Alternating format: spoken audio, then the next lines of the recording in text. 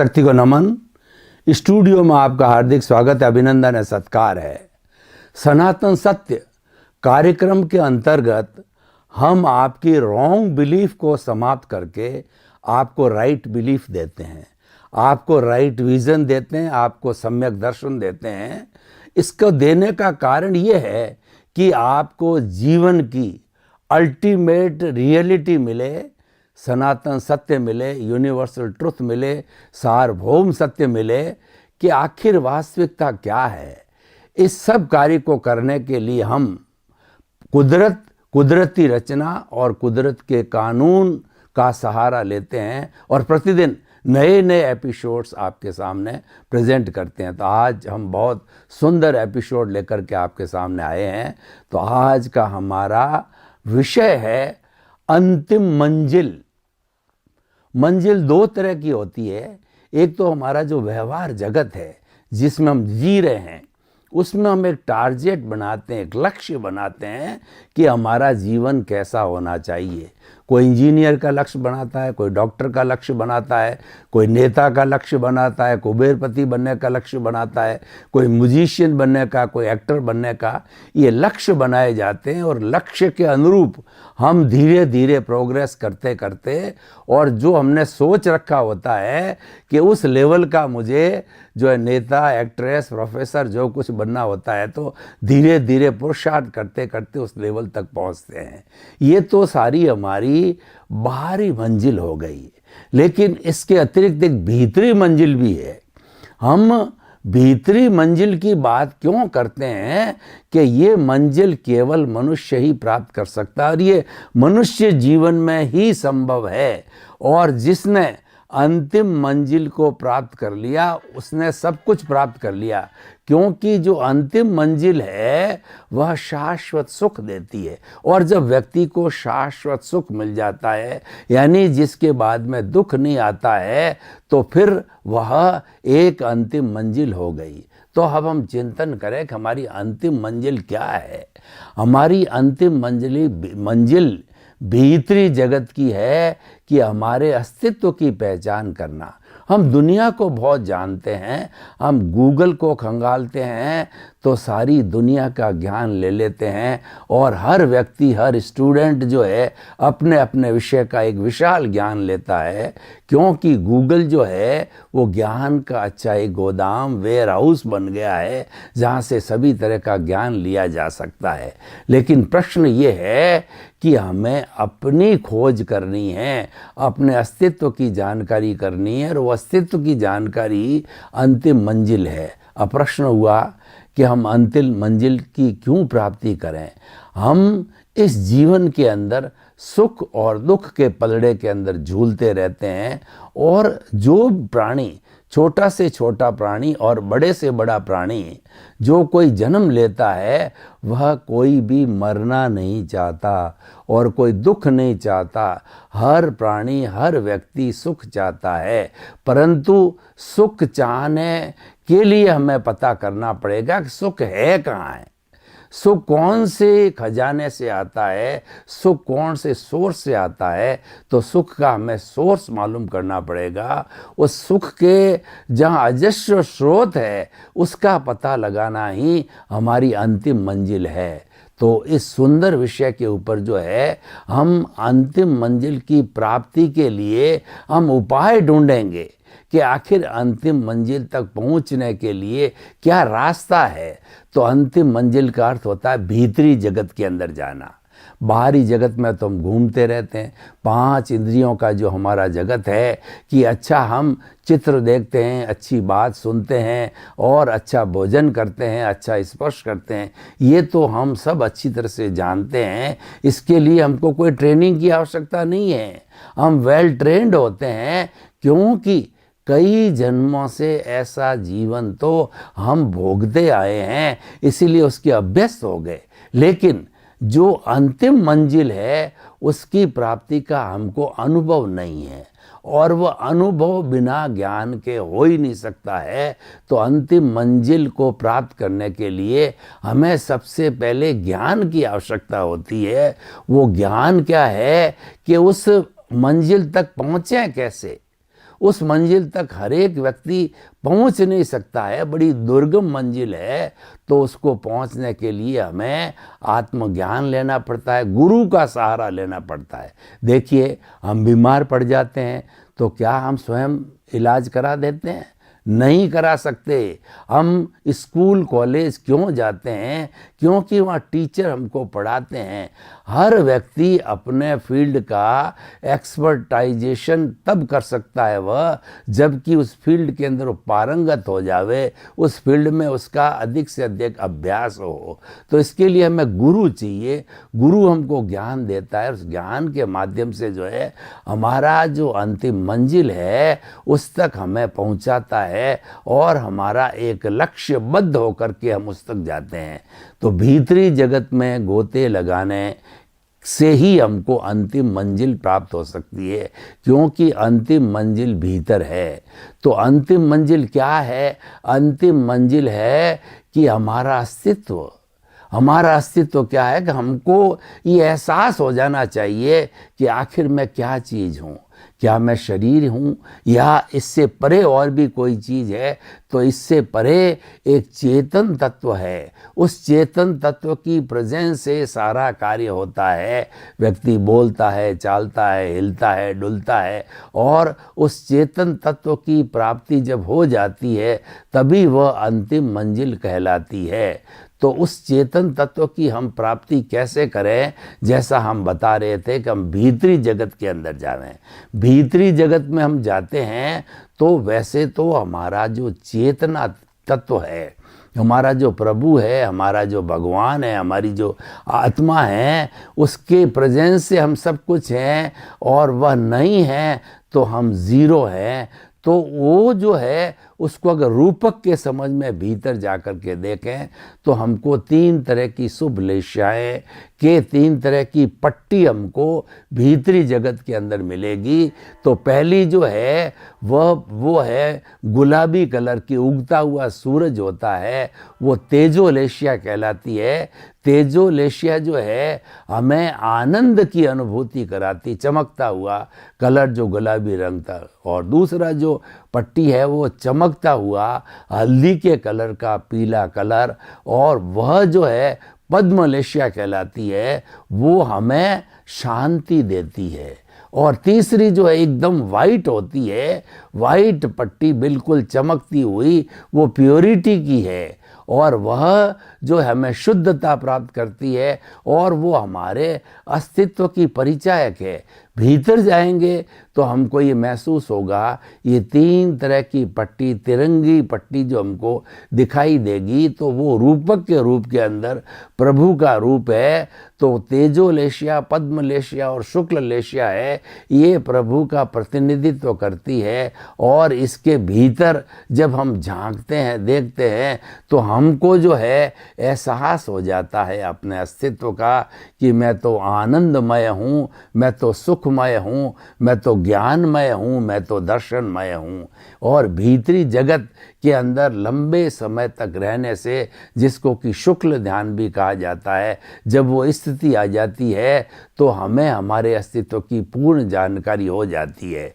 तो आप देखिए, अस्तित्व की जानकारी करना ये हमारी अंतिम मंजिल है, और इसके लिए हमें प्रयास रहना चाहिए। और अंतिम मंजिल बाहर की प्राप्त करने के लिए बाहर के कार्य और पुरुषार्थ किया जाता है, और भीतरी मंजिल को प्राप्त करने के लिए हमें मात्र एहसास को बढ़ाना होता है, मात्र जो है हमारे जो है अनुभव को बढ़ाना होता है। क्योंकि भीतर जो है केवल वाइब्रेशंस है, भीतर जो है, और जो आत्मा का स्वरूप है वो तो अमूर्त है, यानी वो केवल एहसास ही किया जा सकता है, वो अनुभव गम्य होता है। अनुभव गम्य को जो है एहसास के माध्यम से, प्रतीति के माध्यम से उसको प्राप्त किया जा सकता है।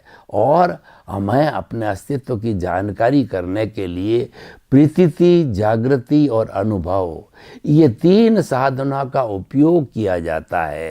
प्रतीति का मतलब ये कि आपको 100% ये एहसास होना चाहिए, आपको ये विश्वास होना चाहिए कि मैं चेतन तत्व हूँ। क्योंकि विश्वास ही फलवान होता है, और व्यक्ति जब विश्वास के अंदर गहरा डूबता है तो वह वस्तु प्राप्त भी हो जाती है। तो प्रीति होती है। और दूसरा जागृति, जिसको हम लक्ष्य कहते हैं, हमारा लक्ष्य अंतिम मंजिल पाने का है, और ये जागृति सतत बनी रहनी चाहिए। इस सतत जागृति को हम पुरुषार्थ कहते हैं। अपनी अंतिम मंजिल को प्राप्त करने के लिए हमको करना कुछ भी नहीं है, हमको रियल पुरुषार्थ करना है। और रियल पुरुषार्थ के अंदर केवल समझ को खुला किया जा सकता है। जो दिशा बाहर की तरफ है उस दिशा को बदल करके और भीतरी दिशा करनी पड़ती है। दिशा अगर हम बदल देते हैं तो दशा बदल जाती है। तो हमारी दशा बदलने का अर्थ हुआ कि हमें अपने जो है अंतिम मंजिल की प्राप्ति हो जाती है। तो अब देखिए कि हम आपको एक प्रयोग हमने ये बताया, भीतर जाने का प्रयोग है, और दूसरा ये है कि भीतर जाकर के उस खजाना है, उस खजाने को हमें देखना है कि उस खजाने के अंदर क्या है। देखिए, वो जो हमारा भीतर का मंजिल का खजाना है वह अनंत ज्ञान वाला है, अनंत दर्शन वाला है, अनंत शक्ति वाला, अनंत सुख का धाम है। यानी जो ज्ञान हमारे भीतर भरा पड़ा है, जो कि अभी आवृत है, उसके कवर को हटाना है। तो जो ही वो ज्ञान के ऊपर का कवर हट जाता है तो केवल ज्ञान की प्राप्ति हो जाती है। और उसी तरीके से जो हमारा दूसरी जो क्वालिटी है सच्चिदानंद की, वो है दर्शन की क्वालिटी। दर्शन की का मतलब भरोसा, विश्वास, एहसास, फेथ। जब हमारी क्लियर फेथ हमारे में हो जाती है तो उसको हम आत्मविश्वास कहते हैं। और वह फेथ का खजाना भीतर पड़ा हुआ है, क्योंकि श्रद्धा फलवान होती है। जब व्यक्ति को किसी चीज़ में श्रद्धा नहीं होती है तो फल नहीं मिलता है। और ये श्रद्धा जो है हमारी आत्मा का, चेतना का, कॉन्शियसनेस का गुण है। तो ये अनंत दर्शन की बात हुई है। जब ये पर्दा हट जाता है तो ये पर्दा हटने के बाद के अंदर जो अनंत दर्शन यानी अनंत फेथ का खजाना है वह खुला हो जाता है और हमको उसके साक्षात दर्शन होते हैं। और तीसरा जो है अनंत सुख का धाम है, जिसको कि हम ब्लिस कहा करते हैं। हमारा सारा एफर्ट्स, हमारा सारा रियल पुरुषार्थ और अंतिम मंजिल तक पहुंचने का जो हमारा मुख्य उद्देश्य है वो ब्लिस की प्राप्ति करना है। और जिसने ब्लिस की प्राप्ति कर ली उसको कुछ भी प्राप्त करना शेष नहीं रहता है, क्योंकि जो ब्लिस है वह अनंत सुख है। उसके बाद क्या प्राप्त करना? जब आपने सुख की परम सीमा को प्राप्त कर लिया तो उसके बाद आपको कुछ प्राप्त करना होता ही नहीं है। और विश्व की सबसे बड़ी शक्तिशाली अगर कोई वस्तु है तो वो हमारी चेतना है, वो हमारे भीतर है, और वही हमारी अंतिम मंजिल है। इससे बढ़ के कोई बड़ी चेतना नहीं है। मैं आपको एक उदाहरण के जरिए ये बताना चाहता हूँ कि इस चेतना का जो अस्तित्व है वह किस तरीके से वो इतना प्रमुख है। देखिए, हमने हमारी चेतना को, आत्मा को एक माना। अब उस एक के जो है वह फ्रंट साइड के अंदर 0 0 0 0 मैं लिखता हूँ। पहले 0 का अर्थ होता है धन, दूसरे 0 का अर्थ होता है आपकी बिल्डिंग, तीसरे 0 का अर्थ होता है आपका बैंक बैलेंस, चौथे 0 का अर्थ होता है आपका जितना भी समृद्धि है, यानी सारी आपकी भौतिक समृद्धि को मैंने 0 0 0 करके और उसके जो है फ्रंट साइड के अंदर लगाया। तो एक के फ्रंट साइड में कितने ही 0 लगाओ उसका कोई अर्थ नहीं है। अब उसके बैक साइड के अंदर वही 0 वापस ला कर के बैक साइड में लगाया तो एक 0 लगते ही 10 गुना, दूसरा 0 लगते ही 100 गुना, तीसरा 0 लगते ही 1000 गुना। ऐसे उसकी ये मल्टीप्लिकेशन जो हमारी जितनी भी समृद्धि है, जितना भी हमारा धन दौलत है, पद है, प्रतिष्ठा है, उसका मल्टीप्लिकेशन हो जाता है। किसके पीछे होता है? क्योंकि एक हाजिर है। एक साधे सब सदे और सब साधे सब जात। वो एक क्या है, जे एगे जाने ते सब्बे जाने, जे सब्बे जाने ते एगे जाने। जिसने इस एक आत्म तत्व को जान लिया उसने पूरे ब्रह्मांड को जान लिया, और पूरे ब्रह्मांड को जान करके हम किसी एक जो है सारभूत चीज़ पे आना चाहते हैं, वो हमारी आत्मा होती है। तो एक लगने से कितना मल्टीप्लिकेशन हो गया। अब मैं उस एक को हटा लेता हूँ, तो एक को हटा दिया तो चाहे जीरो इधर के है चाहे जीरो उधर का है, तो उसका अर्थ जो है क्या हो गया, उसका अर्थ हो गया बड़ा जीरो। इसका क्या अर्थ है, यही अंतिम मंजिल है कि हमारा अस्तित्व किसके पीछे है, हमारा आधार क्या है, किस आधार के पीछे हम खा रहे हैं, पी रहे हैं, उठ रहे हैं, बैठ रहे हैं, सो रहे हैं, और अल्टीमेटली जो है हम इसको कहाँ तक ले जाएंगे। तो जो हमारा आधार है वह तो परमानेंट है, वह कभी समाप्त नहीं होता है, वो अजस्र बहने वाला झरना है, वो 12 मास बहने वाली नदी है, उसके अंदर कभी कोई कमी नहीं आती, और वो एक स्वरूप के अंदर ही रहती है। भूत भविष्य और वर्तमान में जो हमारी मंजिल है, जो हमारा अस्तित्व है, उसके अंदर कोई फर्क नहीं आता है। तो हम अगर उसको पा लेते हैं तो फिर क्या पाना शेष रह गया है, और पाना क्या है वो तो हमारे भीतर ही है, लेकिन हमको पता नहीं है कि इतना बड़ा खजाना मेरे भीतर है। हम तो बाहर ढूंढते रहते हैं, धन मिल जावे, दौलत मिल जावे, बिल्डिंग मिल जावे, और हमारे को जो है वो कार मिल जावे, अच्छी पत्नी मिल जावे। अरे ये तो क्षणिक चीज़ें हैं, ये तो नाशवान चीज़ें हैं, और हर संयोग के साथ वियोग जुड़ा हुआ है।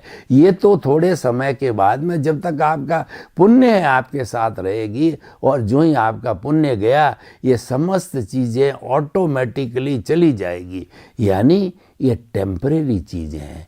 तो आप समय टेम्परेरी चीज़ के लिए क्यों लगाओ, क्योंकि समय तो एक फिक्स होता है।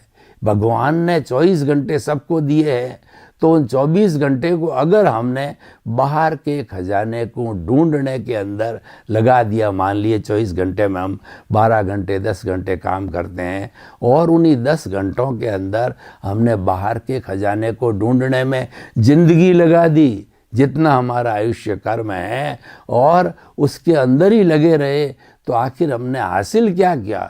क्योंकि वो तो शरीर गया और ये गए, इन सब का संबंध शरीर से है।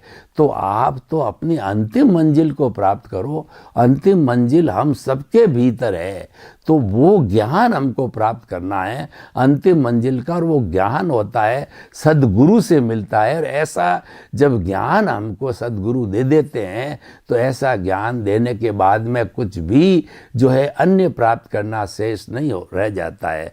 अतः भाई और बहनों, हम आपको सनातन सत्य कार्यक्रम के अंतर्गत अंतिम मंजिल के इस विषय के जो है के ऊपर हम आपको बताना चाहते हैं कि मनुष्य जीवन अत्यंत दुर्लभ है। 4 बातें हमारे शास्त्रों में बताई गई, बहुत कठिन क्या कठिनतम है। सबसे पहले मनुष्य जीवन का मिलना, दूसरा ईश्वर की वाणी मिलने का अवसर मिलना। 7.8 अरब की जनसंख्या है विश्व के अंदर, 50-60% क्या इससे भी ज़्यादा लोगों को तो प्रभु की वाणी सुनने का अवसर ही नहीं मिलता, सत्संग का अवसर ही नहीं मिलता। वो तो जिंदगी भर मनोरंजन में रहते हैं, खाओ पियो मौज करो, ऐश करो, इधर घूमो, सैर करो, सपाटे करो। और जो तीसरी बात होती है कि हमने ईश्वर की वाणी है सद्गुरु से, ज्ञानी पुरुष से, सत्संग से और स्वाध्याय करके प्राप्त की है, तो उसके अंदर विश्वास होना। जब तक आपको ईश्वर में विश्वास नहीं होगा, ईश्वर आपको फल नहीं देगा, और श्रद्धा ही फलवान है। जब हमारा माता पिता के अंदर विश्वास होता है, या माता पिता को अपनी संतान में विश्वास होता है, तब उस संतान को बड़ा करते हैं, पैरों पर खड़ा करते हैं। ये वात्सल्य है, ये जो स्नेह है, प्रेम है, ये विश्वास का प्रतीक है। विश्वास दुनिया में बहुत बड़ी चीज़ होती है, और इस विश्वास के आधार पर सारी दुनिया चल रही है। और चौथी चीज़ होती है कि हमको प्रभु का विश्वास हो गया, अच्छी बातों का विश्वास हो गया, उसको जीवन में ढालना चाहिए, क्योंकि अगर हमारे शरीर के अंदर कोई भी दर्द है और डॉक्टर ने हमको टैबलेट दे दिया, जो है पेन किलर दे दिया, उस पेन किलर को हम हाथ में लिए लिए घूम रहे हैं कि हमारा दर्द ठीक हो जाए, तो वो पॉसिबल नहीं है। उसको जो है पानी के साथ, गर्म पानी से, दूध किसी के साथ जो है उसको पेट में उतारना पड़ेगा। जब वो गले के नीचे जाएगी तब वो हमें जो है हमारे उस पेन को ठीक करेगी। तो उसी तरीके से ये जो ईश्वर का अस्तित्व, ईश्वर की वाणी, और सबसे बड़ा ईश्वर कौन है इस दुनिया में? सबसे बड़ा ईश्वर वही है जिसकी हम बात कर रहे हैं। अंतिम मंजिल ही सबसे बड़ा ईश्वर है। और किसी भी आप ईश्वर को मानते हो, उसके मंदिर में जाते हो, तो वह तो मात्र उसका रिफ्लेक्शन है। जैसे लाइट का रिफ्रैक्शन आपके ऊपर पड़ता है, तो वह सेम जो है रिफ्लेक्शन जो है उस मूर्ति के अंदर, उस भगवान में पड़ता है। रिफ्लेक्शन देने वाला कौन है? रिफ्लेक्शन देने वाला आपके भीतर बैठा है। अगर कोई लाइट है, उसमें बल्ब बहुत पावरफुल लगे हुए हैं, लेकिन करंट नहीं आ रहा है, तो वो बल्ब क्या काम के? 1000 वाट का बल्ब भी आपको रोशनी नहीं दे सकता। तो रिफ्लेक्शन देने वाला, चाहे किसी के प्रति श्रद्धा करो, तो वो रिफ्लेक्शन देने वाला तो भीतर विराजमान है, वही सब कुछ कार्य कराता है। तो हम भाई और बहनों आपको निष्कर्ष के रूप में बताना चाहते हैं, अपनी खोज करो, अपनी अंतिम मंजिल को प्राप्त करो। क्योंकि जो अवसर हमको मिला है, ये बाद में मिले या न मिले, ये कोई गारंटी नहीं है कि हर बार हमको मनुष्य जीवन मिलेगा। आज तो मिल गया, उसका उपयोग करो, फिर पता नहीं मिले या न मिले। और एक बात निश्चित है, किसी भी व्यक्ति ने अगर इस जन्म के अंदर कोई भाव डाल दिए हैं, कोई कॉजेस डाल दिए हैं कि मेरे को अंतिम मंजिल प्राप्त करनी है, और अंतिम मंजिल हमारी वर्तमान में सिमंदर स्वामी भगवान जो महाविद्य क्षेत्र में विराजमान है, वो भी हमको अंतिम मंजिल तक पहुंचाते हैं। तो आप भावना भाओ, क्योंकि हमारे इस भरत क्षेत्र जिसमें हम रह रहे हैं, अंतिम मंजिल तक पहुंचाने वाला अभी कोई भी तीर्थंकर या भगवान कहिए, जो कि इस देह रूपी शरीर के अंदर स्वयं भगवान है, हमारे जैसा ही वो भगवान है, वो अभी मौजूद नहीं है। सिमंदर स्वामी विराजमान है वहाँ विद्या क्षेत्र में। और आप भावना भाव देखिए, आत्मा की बड़ी बात क्या होती है कि जैसी हम भावना किसी के प्रति बातें हैं, तो वहाँ पर तार की आवश्यकता नहीं होती है, वहाँ किसी माध्यम की आवश्यकता नहीं है, वो तो कॉर्डलेस है। आज हमारे इस जो इलेक्ट्रॉनिक युग के अंदर कॉर्डलेस चीज़ें आ गई। कॉर्डलेस से हम यहाँ से अमेरिका की बात सुनते हैं, हमारी बात अमेरिका तक जाती है। क्या है ये? कॉर्डलेस है। ये तो विज्ञान ने सिद्ध किया है। लेकिन हमारे यहाँ जो पुराने ऋषि मुनि थे, वो तो कॉर्डलेस पहले ही जानते थे। उनके पास रिद्धियाँ थी, उनके पास सिद्धियाँ थी, और वो जो है वो एक अपना छोटा हाथ का पुतला भेजते थे, उसके माध्यम से सब चीज़ें पूछ करके उसका जवाब भी आ जाता था, या विनिमय तो हो जाता था, और उसी के माध्यम से सारा काम होता था। तो लेकिन आज विज्ञान ने वही बात बताई है, वो तो हम पहले से ही जानते हैं। अतः हम ये कहना चाहते हैं कि आप अंतिम मंजिल की खोज करो। अंतिम मंजिल भीतर है, अंतिम मंजिल बाहर नहीं है। बाहर आपने कोई भी अंतिम मंजिल बनाई है, वह आपका अपना काम है, वो करते रहिए, और वो तो आपको ऑटोमेटिकली प्राप्त होगी, आपके करने से प्राप्त नहीं होगी। क्योंकि पूर्व नियोजित हमारा जो बाहर का जीवन होता है, वो पूर्व नियोजित चलता है। तो पूर्व नियोजित जीवन के अनुसार ही जो है हम सारा हमको मिलता है। तो लेकिन ये जो भीतर की मंजिल का है, ये रियल पुरुषार्थ होता है। रियल पुरुषार्थ में करना कुछ नहीं है। इसीलिए हमारे इस कार्यक्रम का नाम है दृष्टि विज्ञान। जैसी दृष्टि वैसी सृष्टि। आप दृष्टि को बदल दीजिए, आपकी सृष्टि बदल जाएगी। आपको अंतिम मंजिल प्राप्त करनी है, तो आप जो है बाहर की बनिस्बत जो है भीतर झांकना चालू कीजिए, अपना दर्शन करिए। अतः हम आपको जो है ये बताना चाहते हैं कि आप अंतिम मंजिल की खोज करो। आपके प्रति मंगल भावना, शुभ कामना कि इस जगत के सब जीवों को सुख मिले, शांति मिले, आनंद मिले। बहुत बहुत शुभ